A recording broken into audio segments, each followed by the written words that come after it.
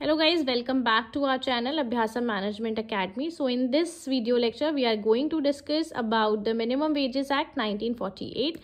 Minimum wages act 1948 आपका एक worker से रिलेटेड बहुत ही इम्पॉर्टेंट लेबर लॉ है जो कि हम डिस्कस करने जा रहे हैं। इस एक्ट को पास करने का बेसिक मोटिव था कि हम वर्कर को किस तरीके से वेजेस की कंटेक्स्ट में जो उनके साथ एक्सप्लॉयटेशन हो रहा है उसको रोक सकते हैं। अगर आप एक्ट का नाम देखेंगे तो एक्ट का नाम है मिनिमम वेजेस। मिनिमम वेजेस मतलब कि एटलीस्ट वो मिनिमम अमाउंट जो एक वर्कर को उसके काम के बदले में मिलना ही चाहिए, इसके बारे में हम बात कर रहे हैं। यानी कि कहीं ना कहीं ये एक ऐसा मिनिमम अमाउंट है जो वर्कर को उसके काम के बदले में दिया ही जाना चाहिए।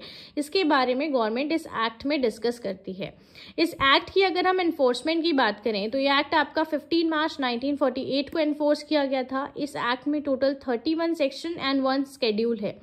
यानी कि ये एक्ट कोई बहुत लंबा चौड़ा एक्ट नहीं है, एक छोटा सा एक्ट है जिसमें आपको 31 सेक्शंस पढ़ने हैं एंड एक शेड्यूल पढ़ना है। सब कुछ नहीं पढ़ना, कुछ इंपॉर्टेंट जो शेड्यूल्स हैं आपके या जो इंपॉर्टेंट सेक्शंस हैं वही आपको डिस्कस करने हैं। अगर हम एक्ट के एक्सटेंट की बात करते हैं तो this act is apply whole of India, यानी पूरी इंडिया पे इस एक्ट की इन्फोर्सेबिलिटी रहती है। अगर हम एक्ट को पढ़ रहे हैं तो उस एक्ट के ऑब्जेक्टिव्स को जानना बहुत ज़रूरी है। तो इस एक्ट के मेजर ऑब्जेक्टिव्स क्या हैं? पहला ऑब्जेक्टिव है to fix minimum rates of wages for employments listed in the schedule of the act.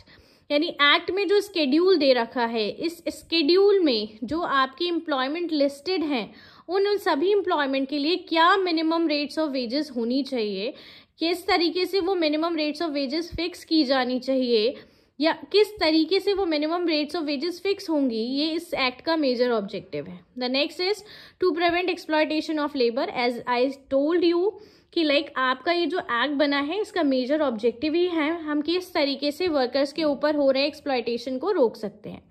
The next is to empower appropriate government to take steps to prescribe minimum rates of wages। यानी ये act empower करता है appropriate government को कि वो schedule employment जो कि schedule 1 में listed हैं उन सभी एम्प्लॉयमेंट के लिए एक मिनिमम रेट्स ऑफ वेजेस को फिक्स कर सकती है। तो ये इस एक्ट के मेजर ऑब्जेक्टिव्स थे। अब आपको मैं एक बात बता दूं, जो वर्ड हम यहाँ एप्रोप्रिएट गवर्नमेंट का इस्तेमाल कर रहे हैं, ये सारे एप्रोप्रिएट गवर्नमेंट को हम किस तरीके से डिफाइन करते हैं, ये एक्ट में ऑलरेडी डेफिनेशंस गिवन है। These are the important definitions which are given under the Act Minimum Wages 1948.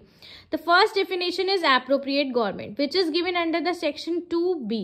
अगर हम appropriate government की बात करते हैं तो appropriate government क्या होती है? देखिए, appropriate government means in relation to any scheduled employment carried on or by under the authority of the central government like railway administration etc. In that case the appropriate government is central government। यानी कहने का मतलब क्या है कि ऐसे employment जो central government के अंडर आते हैं उनके लिए अप्रोप्रिएट गवर्नमेंट क्या है? आपकी सेंट्रल गवर्नमेंट है। यानी कि हम इसे कह सकते हैं अप्रोप्रिएट गवर्नमेंट मतलब central government and state government. ऐसे एम्प्लॉयमेंट जो सेंट्रल गवर्नमेंट के अंडर आते हैं उनके लिए अप्रोप्रिएट गवर्नमेंट आपकी सेंट्रल गवर्नमेंट होगी, या ऐसे एम्प्लॉयमेंट जो स्टेट गवर्नमेंट के अंडर आते हैं उन सब के लिए आपकी अप्रोप्रिएट गवर्नमेंट कौन होगी? स्टेट गवर्नमेंट होगी, राइट।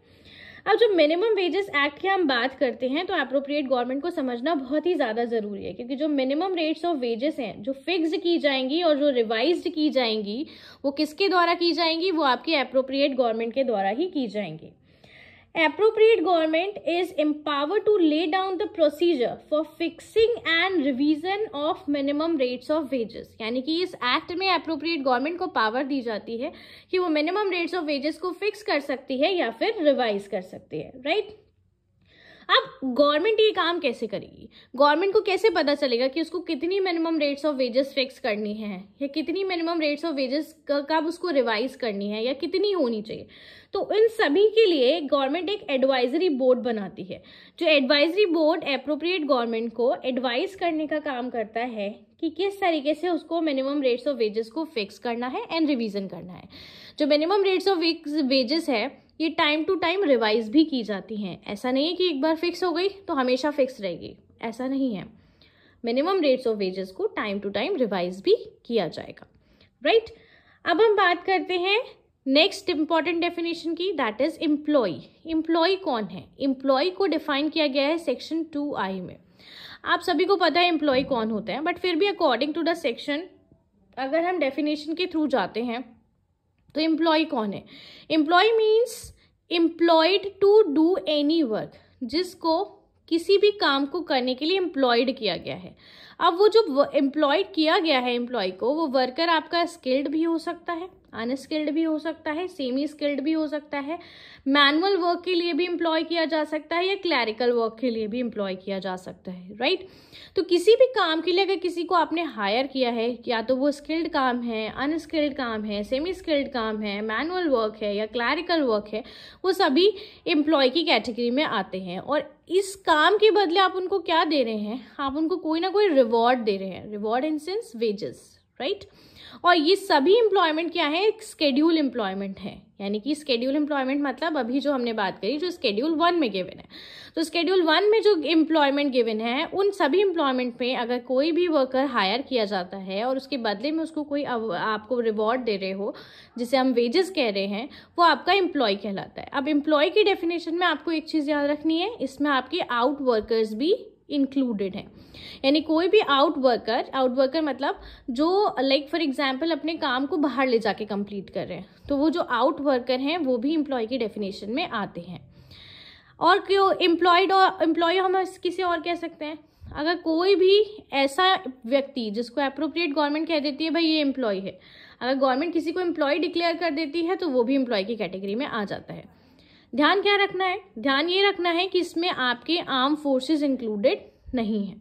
आप लेबर लॉज पढ़ेंगे तो मोस्टली लॉज में आपको ये देखने को मिलेगा कि इसमें आर्म फोर्सेस इंक्लूडेड नहीं होती हैं, राइट।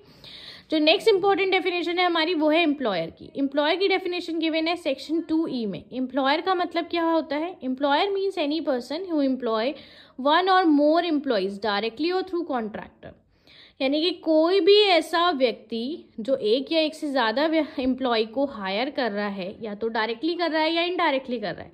डायरेक्टली कर रहा है मतलब वो खुद से हायरिंग कर रहा है, इनडायरेक्टली मतलब कॉन्ट्रैक्टर के थ्रू कर रहा है, तो उसे हम क्या बोल रहे हैं? एम्प्लॉयर। अब एम्प्लॉयर को रिगार्डिंग आपको ये ध्यान रखना है कि ये जो एम्प्लॉयर होगा और ये जो हायरिंग की जाएगी ये या किस में की जाएगी? स्केड्यूल एम्प्लॉयमेंट में की जाएगी। और इस स्केड्यूल एम्प्लॉयमेंट के लिए minimum rates of wages fix होंगी, यानी कि इस स्केड्यूल एम्प्लॉयमेंट के लिए मिनिमम रेट्स ऑफ वेजेस को फिक्स किया गया है। इसमें आपके एम्प्लॉयर में क्या क्या इंक्लूड है? देखिए, अगर कोई भी फैक्ट्री होती है, यानी स्केड्यूल एम्प्लॉयमेंट अगर एक फैक्ट्री है, तो एम्प्लॉयर वहाँ के लिए कहलाएगा मैनेजर, यानी वहाँ का जो मैनेजर होगा वो उसको हम एम्प्लॉयर मानेंगे। अगर आप बात कर रहे हैं किसी भी ऐसी स्केड्यूल एम्प्लॉयमेंट की, ऐसी is basically the schedule employment जहाँ पर जो कंट्रोल है वो गवर्नमेंट का है। अगर गवर्नमेंट का कंट्रोल है तो वहाँ पर आपका एम्प्लॉयर माना जाता है वो पर्सन माना जाता है जो कि गवर्नमेंट ने अपॉइंट किया है। इसके अलावा अगर कोई लोकल अथॉरिटी है और वो स्केड्यूल एम्प्लॉयमेंट है तो उसमें आपका जो सीई होता है उसे हम एम्प्लॉयर कंसिडर करते हैं। एंड इसके अलावा अगर अदर केस की बात करें तो जो भी पर्सन रिस्पॉन्सिबल होगा, या तो वो ओनर होगा या ओनर ने किसी और को अगर रिस्पॉन्सिबल बनाया है तो उसको हम क्या मानेंगे? एम्प्लॉयर मानेंगे, राइट। तो ये डेफिनेशन हो गई आपकी एम्प्लॉयर की। अब बात करते हैं स्केड्यूल एम्प्लॉयमेंट क्या होता है। देखिए बेटा, स्केड्यूल एम्प्लॉयमेंट वो एम्प्लॉयमेंट है जो स्केड्यूल 1 में ऑलरेडी गिवन है, उन्हें हम स्केड्यूल एम्प्लॉयमेंट कहते हैं, जैसे गवर्नमेंट ने लिस्ट में डाला हुआ है। अब ये जो स्केड्यूल एम्प्लॉयमेंट होते हैं इसके 2 पार्ट होते हैं, एक होता है पार्ट 1 और एक होता है पार्ट 2, राइट। ये 2 पार्ट होते हैं स्केड्यूल एम्प्लॉयमेंट के।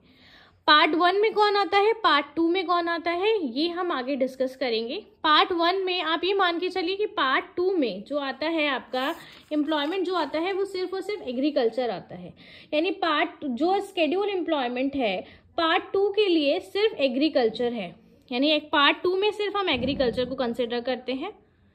और आपका जो पार्ट 1 है उसमें बाकी के एम्प्लॉयमेंट आते हैं। इनिशियली इसमें 12 एंट्रीज थी, अब तो काफ़ी सारी बढ़ चुकी हैं। अगर आप बिल्कुल जब ये एक्ट बना था तो यहाँ पे 12 एंट्रीज थी, अब तो काफ़ी सारी एंट्रीज हो चुकी हैं। लेकिन पार्ट 2 में सिर्फ और सिर्फ हम किसके बारे में जिक्र करते हैं?